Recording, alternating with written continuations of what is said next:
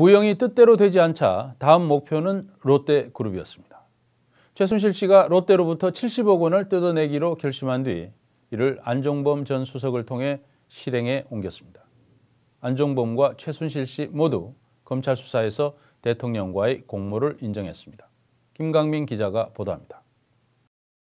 2016년 3월 10일 박근혜 대통령은 안종범 수석에게 14일에 일정이 빈다며 롯데 신동빈 회장과 개별 면담을 잡을 것을 지시합니다. 안 수석은 이어 면담 자료를 준비하라는 대통령의 지시에 따라 신동빈 회장과 직접 통화해 롯데의 현안이나 애로사항 등을 듣습니다. 이렇게 만들어진 면담 자료는 박근혜 대통령에게 직접 전달됐습니다. 안 수석은 검찰 조사를 받으면서 이 신동빈 회장 면담 자료가 검찰에 압수된 것을 보고 깜짝 놀랐습니다. 검사에게 이것이 압수되는 것을 대통령도 승인을 해준 것인가라고 물을 정도였습니다. 최초로 공개되는 이 자료에는 당시 롯데의 요구사항 2개와 그에 대한 대통령의 답변 방향이 들어있습니다. 면담이 있기 불과 4개월 전인 2015년 11월 면세점 특허를 상실한 롯데가 유관부처 재량으로 영업을 연장해주거나 신규 특허를 발행할 것을 요구하는 것에 대해 특허 상실에 따른 애로사항을 안타깝게 생각하며 면세점 산업의 육성을 위한 개선 방안을 3월 말에 발표할 것이라는 답변 방향이 적혀 있습니다. 대형 아울렛 매장을 많이 갖고 있는 롯데가 아울렛까지 의무유일 제도가 확대되는 것을 막아달라는 요구에 대해서도 롯데의 요구를 수용하는 쪽으로 정리돼 있습니다. 면담에서 이런 내용이 실제 오갔을 가능성이 큰 가운데 박 대통령은 롯데에 새로운 것을 요구했습니다. 면담 직후 대통령이 불러준 내용을 안 수석이 수첩에 메모한 내용입니다.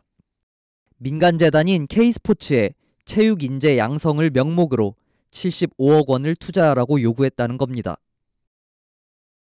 하남시로부터 부지를 임대하여 75억 원을 들여 시설을 짓고 시설 공사는 스위스의 뉴슬리가 하는 것으로 하고 운영은 K스포츠가 하는 것으로 그 사업에 지원을 해달라는 요청을 하였다. 라는 내용의 이야기를 했던 것으로 생각됩니다. 대통령은 지난해 5월 중순경 신동빈 회장과 논의했던 건과 관련해서 K스포츠가 어떻게 진행하고 있는지 확인해보라고 재차 지시합니다. K스포츠는 70억 원을 받아냈지만 검찰이 롯데그룹을 압수수색하기 직전에 다시 롯데에 돌려줍니다. 롯데에서 그 금액을 제공한 이유는 면세점과 당시 형제의 난 관련한 수사와 관련해서 추가로 금원을 제공한 것이다. 이렇게 얘기들 하는데 거기에 대해서는 어떻게 생각하십니까? 전혀 관계없다고 생각합니다.